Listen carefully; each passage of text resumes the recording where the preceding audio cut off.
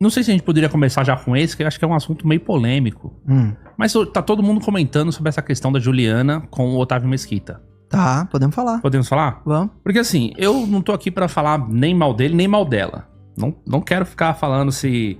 Ah, porque foi demitida e agora tá denunciando, que foi basicamente o que ela falou, né? Mas assim, a denúncia de algo que aconteceu em 2016 pode vir realmente a ser aceita agora? Depende do crime. Depende do crime. Eu também, como você, não quero fazer juízo de valor. Também não é... Eu sou advogado criminalista de base, mas foquei em crimes cibernéticos. Não é um crime cibernético, mas a gente pode falar porque é um caso polêmico e que tem uma peculiaridade que vai sepultar essa questão. Em 2016, quando aconteceu aquela situação que eu até fui pesquisar na internet e assisti. Você assistiu? Assisti. Então, que o Otávio Mesquita foi infeliz. Né? Agora, é crime ou não? Mesmo que, à época, alguém entendesse aquilo como estupro, um crime, né, em 2016, a lei falava que para o crime de estupro ter acusação, ele era um crime mediante representação da vítima. Então a vítima tem um prazo para fazer essa representação. Isso significa o quê? Autorizar o Estado a agir. Falar, olha, o Ministério Público, eu fui vítima mesmo, eu quero que vocês façam alguma coisa. Isso mudou. Hoje em dia, todos os crimes sexuais não têm mais a necessidade de representação. Qualquer um que é vítima de importunação sexual e tal, qualquer pessoa que denuncie, seu vizinho pode falar, olha, eu acho que tá tendo um crime aqui, minha vizinha foi tal, o Estado tem obrigação de agir, não depende da vítima reclamar, que é a representação. Só que em 2016 o Estado dependia de representação. E sabe qual é o prazo de representação? 6 meses. Então a Juliana, se vítima foi de estupro, teria 6 meses para reclamar juridicamente. Hoje ela pode pôr a público e tal, e isso pode ter até repercussão para ela pode ser até processada. Mas o Estado não vai poder fazer nada contra o Otávio Mesquita porque já decaiu o prazo da representação. Então isso é uma certeza que você tem? Absoluta. A lei era assim, dependia da representação e não foi feita dentro do prazo. A não ser que ela apareça agora com um documento dizendo, olha, eu fiz a representação, mas isso já teria vindo a público, com certeza ela não fez. Ou seja, tá tendo um desgaste moral. Mas ele não responderá nenhum processo de estupro, isso eu garanto, por causa do prazo de representação. Então por que o advogado dela fez isso? Agora? Talvez por justiça, talvez por desgaste moral, talvez para expor a situação. Eu não sei dizer a razão. Mas que eu te garanto que o prazo decadencial já decaiu. Vou te dar outro exemplo que aconteceu. Algumas vítimas... Lembra do caso do João de Deus? Lembro. Algumas vítimas, eram centenas, acho que não sei se chegou a milhares, mas algumas vítimas também decaíram do prazo decadencial, porque a época do crime, o crime que era assédio sexual ou abuso sexual mediante a situação ali da fé, ele também dependia da representação, e todo mundo que não fez, perdeu. Hoje, sabe um crime que é assim? O estelionato. Então, se você hoje compra algum produto na internet, é vítima de estelionato, então era um criminoso, era falso o anúncio. Se você não chegar na delegacia e representar em 6 meses, fizer isso em 7, 8, 9, aquele que cometeu estelionato contra você vai ficar impune. Então é uma característica da lei. Alguns crimes são público incondicionado, não precisa da representação. Alguns são públicos condicionada à representação. Certo. E alguns são privados. Tanto no privado como no crime com ação penal mediante representação, todos têm um prazo de 6 meses para você fazer alguma coisa. Olha, então como vocês viram aí, tá? Pra quem não sabe, o Otávio Mesquita está sendo acusado, sofreu agora essa representação da Juliana. Essa acusação, né? Acusação, né? E aí a situação estava dependendo de aceitar ou não a denúncia. Pelo que você está dizendo, a denúncia não vai ser aceita. É provável que não, a não ser que alguém faça uma engenharia ali, porque nós temos 2 prazos importantes na lei, né? Isso é técnico, mas eu vou tentar traduzir pra turma. Nós temos a questão da prescrição, muita gente já ouviu falar, prescreveu e tal. A prescrição, você pega a pena do crime, coloca numa tabela e vê em quanto tempo prescreve. Nesse caso, não teria prescrito. O estupro tem pena muito elevada. Agora, o prazo decadencial para alguns crimes, como a época esse dependia, não deve ter recebimento da denúncia, porque ela tá fora do prazo de representação. Mas uma outra coisa, algumas pessoas falaram assim, por que ela tá acusando ele de estupro, sendo que claramente ali não existiu um estupro, etc. E aí falam que a lei agora ela classifica estupro não necessariamente quando há conjunção carnal, né? Exatamente. Quando há penetração. Tem 2 características daquele fato ali em si que é interessante. Primeira coisa, nós temos uma lei que é a 13.718 de 2018, depois desses fatos, que ela criminalizou o que a gente chama de importunação sexual. Lembra quando o maluco aqui na Avenida Paulista ejaculou uma mulher? Teve um cara, um louco, que entrou num ônibus e ele ejaculou uma moça. Esse cara foi preso em flagrante e saiu no mesmo dia da delegacia aqui do 78DP. Por que ele saiu? Porque o que ele fez não era estupro.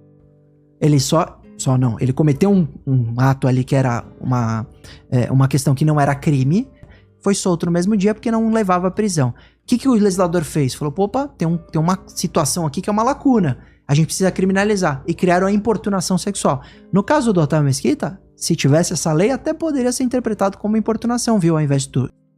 Mas eles estão forçando no estupro, porque o estupro, como você disse, também teve uma mudança em 2009, então é recente, que ele não depende mais exatamente da conjunção carnal. Ele fala outro ato libidinoso. E ato libidinoso é qualquer ato que satisfaz ali um desejo do autor. Então não depende exatamente desse ato sexual. Mas vamos pensar, se a lei tivesse valendo naquela época. Tá. A mudança da lei foi anterior, então. E aí em 2016, aquilo ali poderia então ser considerado um estupro. Poderia ser considerado estupro. Se ela tivesse representado no prazo, é provável que nós teríamos aí uma acusação... Mas assim, isso não tem a ver com... Eu vi que uma matéria disse que tem a ver com grave ameaça. Isso. Ou no caso, coação, né? Violência ou grave ameaça. Não houve, aparentemente, violência ou grave ameaça. Mas a gente está num momento em que o direito penal ele é muito rigoroso. Basta ver, por exemplo, a mulher que rabiscou lá a estátua com batom e foi condenada a 14 anos de prisão pelo Supremo Tribunal Federal. Então a gente está num momento em que usa-se o direito penal para punir com rigor alguns atos que às vezes não se enquadram exatamente na previsão legal, que está errado. A gente tem que ser legalista, tem que se enquadrar exatamente. Então, isso é outra tese. Não ter isso porque não tem violência nem grave ameaça. Mas isso é debate de mérito, isso é debate da questão. Poderia haver processo para se debater se tinha... Aí a denúncia teria que ser aceita. Poderia ser, depende do juiz, mas aí viraria um processo e ele teria que mostrar que não houve, por exemplo, grave ameaça, ou não houve violência, ou se ela estava ali subordinada, né, no momento em que ela tá trabalhando e ele abusou do momento, tal. Eu acho que seria forçar a barra. Eu não entendo aquilo como estupro. Aquilo tá muito mais caracterizado, se crime for, por importunação sexual, mas o crime não existia de importunação sexual, e aí sobraria ou estupro, ou nada, ou uma contravenção penal que não é nada. Eu lembro de um caso, você comentou que às vezes os casos acontecem, né? E aí você vê a lacuna ou vê a aplicabilidade da lei. Eu lembro de um caso que uma jornalista, acho que do Globo Esporte até, ela tava entrevistando o pessoal, tipo, final de campeonato. E tomou um beijo. Isso. E aí o tiozão, tava ali com o filho e tal. Deu um beijo no rosto da moça e, enfim, foi parar na delegacia. Hoje é bem provável que essa conduta ia sair como importunação sexual, porque até 2018 não dava pra falar que isso é estupro. Então, entre estupro e nada, ia pra nada. O cara só saía. Agora, hoje eles vão dizer que é algum tipo de importunação sexual, sim, porque eles vão falar que aquele beijo no rosto, eu digo acusação. Vai dizer que ali tem algum tipo de intenção sexual, uma coisa, e cometeu uma importunação. Pode ser um exagero, um beijo no rosto e tal, mas pode ser também um reconhecimento de um direito daquela pessoa que tá trabalhando e tomou um beijo sem autorização, né? Sem autorizar. É que nem roubar beijo no carnaval. O pessoal adora, né? Ir pro carnaval, sai dando mata-leão. Hein?